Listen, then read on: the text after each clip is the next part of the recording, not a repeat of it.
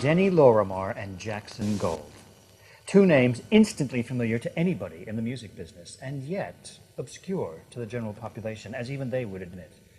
Denny Lauramar's professional career began in 1965 as an assistant at Lansdowne Studios, 4 years after the legendary producer Joe Meek had left to go on to form his own studio. Shortly after arriving at Lansdowne, Denny assisted Adrian Courage in the production of the Dave Clark Five's Bits and Pieces, but characteristically fell out in an argument over tape compression.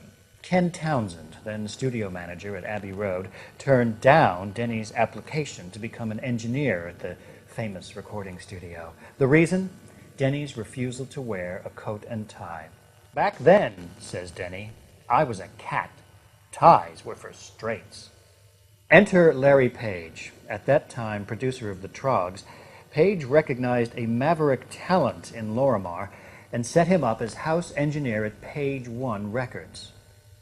In 1971, Denny parted amicably with Page and, following in the footsteps of his hero Joe Meek, set up his own studio, which he called Pandora's Box.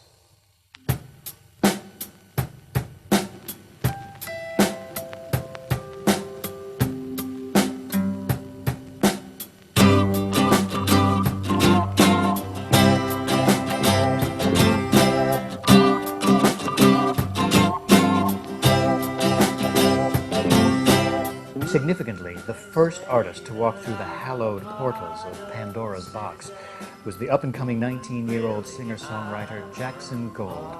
His first LP was the quintessential In Search of Gold, a marvelous vehicle, both for his introspection and for Lorimar's production skills.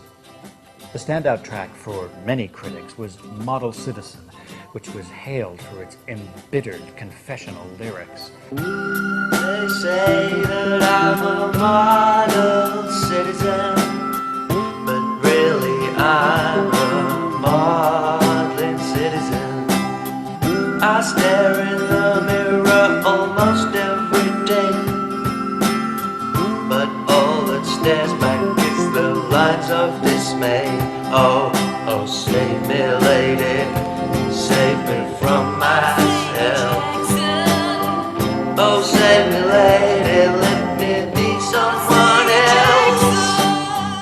Although, at the time, unfavorably compared by some to Jim Croce and Philip Goodhand Tate, what emerged was undoubtedly Gold and Lorimar's own work. Two more Jackson Gold albums followed in quick succession. The first was Gold Standard, an album of cover versions.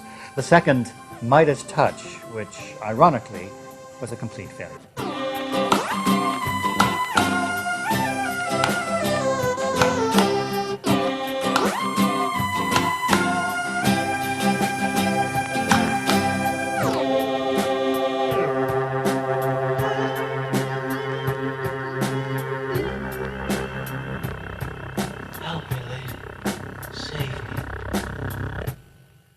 But it was that very failure that brought about the establishment of Lorimar and Gold as a production team. It was in 1972 that Lorimar and Gold achieved their tour de force with the Svengali-like transformation of the South London blues group Pegasus into the international progressive rock monster band. Indeed, their album Persistence of Memory still figures in many critics' all-time top 100. I was born 10,000 years ago. Yes, I was born 10,000 years ago. But I came back again to visit you, my friends, with a message from long ago. I came from a time when dragons flew in the sky. I came from a time when dragons flew in the sky. And men cast a spell over beyond.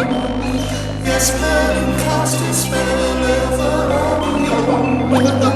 Persistence of memory. Persistence of memory. brings us to the 1990s. Will Expo 70 be the new oasis, as Jackson and Denny confidently predict? Or will their dogmatic approach, which all critics do believe is the hallmark of their work, leave the project stillborn? Listen to Jackson, listen to Denny. A bit of respect for the guys in the control room. When you get to the chorus, let's have a little 16th roll, then cross over to the ride cymbal. Don't up the BPM on the chorus, but up the attitude, up the gumption, level. Really go, holiday at Watrash Rock. Yeah, nice. And we're back in West Heath Yard at 10 to 1 tonight in the first of a new series behind the scenes in the music business.